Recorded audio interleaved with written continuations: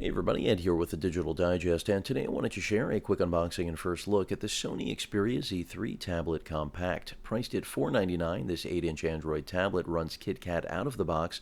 However, Sony has already promised that it will see a Lollipop update, that is version 5.0 of the Android operating system, in the not-so-distant future. In terms of colors, you've got white or black, as you can see right here, and in terms of specifications at that $500 price point, I will go over them, but some of the marketing really sums things up right here. A close-up, you do have an 8-inch triluminous display. This is Sony's proprietary display technology that they use on essentially all of their smartphones, specifically the Z3, that this is essentially a larger version of, quite literally. So those of you that like the Z3, think that it is arguably one of the best handsets of the year, you're going to be the primary customer that Sony's after with this tablet. So beyond the triluminous display, which is, by the way, I mentioned 8 inches, 1200 by 1920 res, so full HD, you also have a Qualcomm Snapdragon processor, the 801 quad-core chipset, the same one found in the Z3, powering this device. You can see right there, clocked at 2.5 gigahertz, 8 megapixel camera on the back, IP65/68 rating. That means we have dust and water resistance here. So the same thing you've come to expect from all of the Z-branded, I would say, durable devices that Sony's been putting out. Despite their very thin and lightweight build, they still have a durability that many other manufacturers lack. You've also got, of course, dual-band Wi-Fi, high-res audio, something Sony is bragging about in terms of the quality of their audio chipset for playback for audio files. Beyond that, let's get it out of the box. In terms of internal storage, you're looking at 16 gigs fixed on board for this $499 price point. Again, very expensive, but there's nothing else like it, and that's what Sony is betting on. In terms of expandability, though, you can expand the storage up to 128 gigs, like just about any other device that isn't a Nexus in the Android world. In addition to that, you've got, I mentioned, the 8 megapixel camera on the back. That is capable of 1080p video capture. You've also got a front-facing 2.2 megapixel camera that is also capable of 1080p video capture. You can see this is the white version of the tablet, and really incredibly thin. I can tell you immediately, it's literally an oversized Z3 as expected, but how thin, how lightweight is really just a little bit mind-numbing here. That I'm looking at a tablet that, even with not necessarily top tier specifications, completely competent specs in today's mobile market. Let me go ahead and put the tablet aside, take a look at what else is in box, and then I'll actually see if I can power that up. The applicable paperwork from Sony, quite a bit actually. So we've got basically the VIP lounge, startup guide in various languages, and your safety guidelines, and last but not least, your SAR information, essentially the radiation rating. So that's all in paperwork. And then right here we've got our USB charging brick that the USB cable, the micro USB cable, will be plugging into, fairly standard. Nice design, proprietary in terms of at least Sony trying to get a little bit stylish, not that that's anything new on their behalf. And then over here, the micro USB cable. And that's pretty much going to be it. The micro USB. This is a quick charge for those of you wondering. This is another advantage of this brand new tablet from Sony. It can charge up at a much higher rate than previous generations.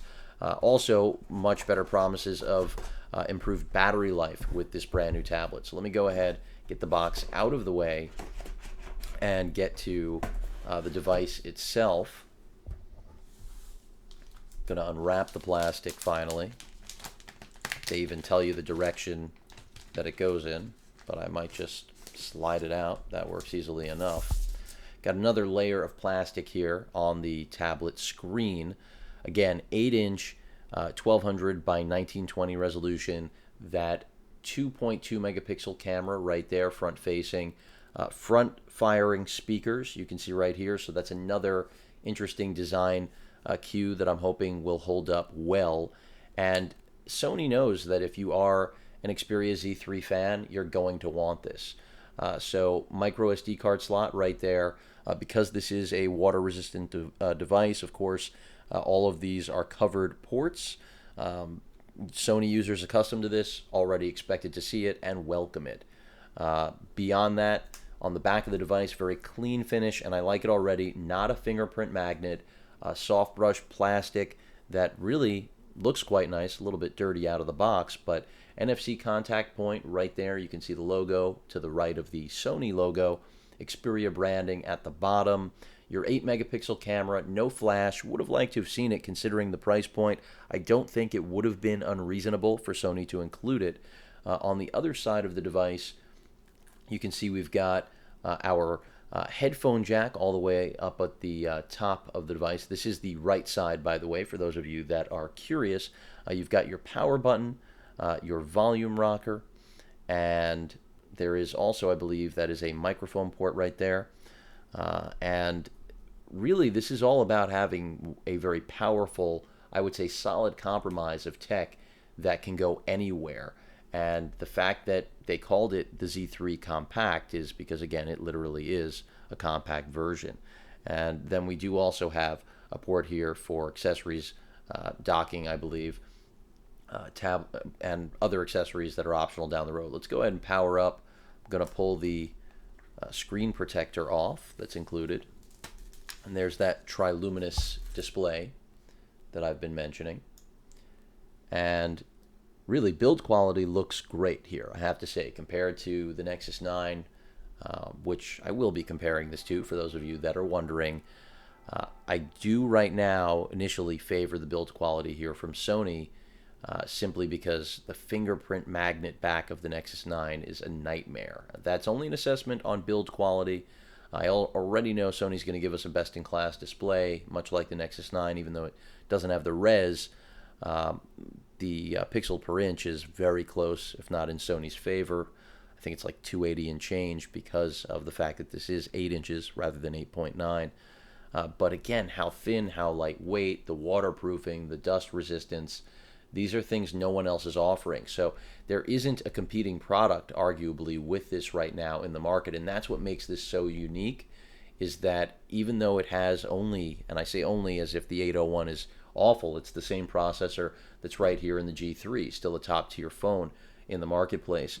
And it's the same chip that's in the Z3 that this is the compact tablet version of. But it isn't an 805, it isn't the next gen, it's not a 64-bit architecture, it's not a Tegra K1. The gaming element here, the GPU Adreno 330, again, not a new, it's not the latest and greatest hardware.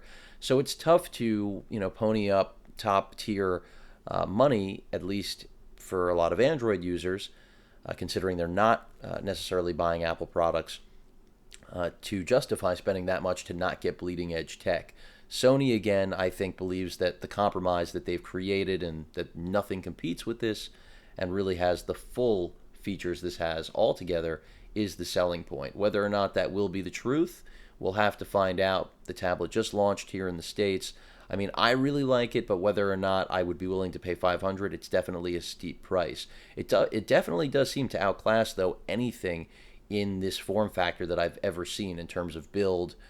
Screen quality, the Galaxy Tab S is still going to rule the market because Super AMOLEDs always will until everyone jumps on board.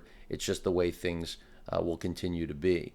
But the screen quality here certainly looks nice from what I can see at face value, and you expect that from Sony. After all, Sony is really one of the best display manufacturers out there. Their 4K TVs still best in class all around. So I like what I see here. The construction is solid. I mentioned all of the specifications. You can expand storage up to 128 gigs. Again, black or white. Dual band Wi-Fi. Bluetooth is 4.0. You've also got, of course, MHL out on this, so video out. USB on the go host cable is going to give you, I didn't mention that, your ability to charge as well as, of course, hook up any peripherals. That's right down here at the bottom of the tablet. You can see right there.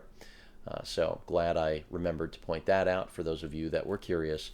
But really a clean design. This is definitely the nicest Z3 or Z tablet series I've seen. I'm hoping that Sony will come out with a revamp of the larger one, but until I hear an announcement, we're looking at least their latest offering out there. And in terms of the cameras, I also want to point out it does capture 4K video. Or excuse me, it does not capture 4K video. So for those of you that were wondering, it is capped out at 1080p. I did mention that earlier.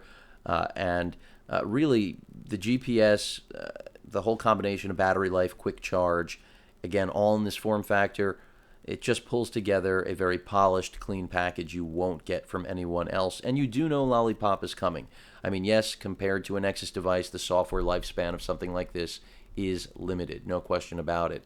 But you're buying this for the blend of the hardware and software that you won't find with anyone else. So I think there's a lot to like here, except for the price. Of course, that will change. With time, pricing will go down like anything in the world, especially electronics. So again, this is the Xperia Z3 tablet compact. Any questions or comments about this 9.5-ounce beauty? Please feel free to post them. And of course, as usual, please feel free to subscribe. Later.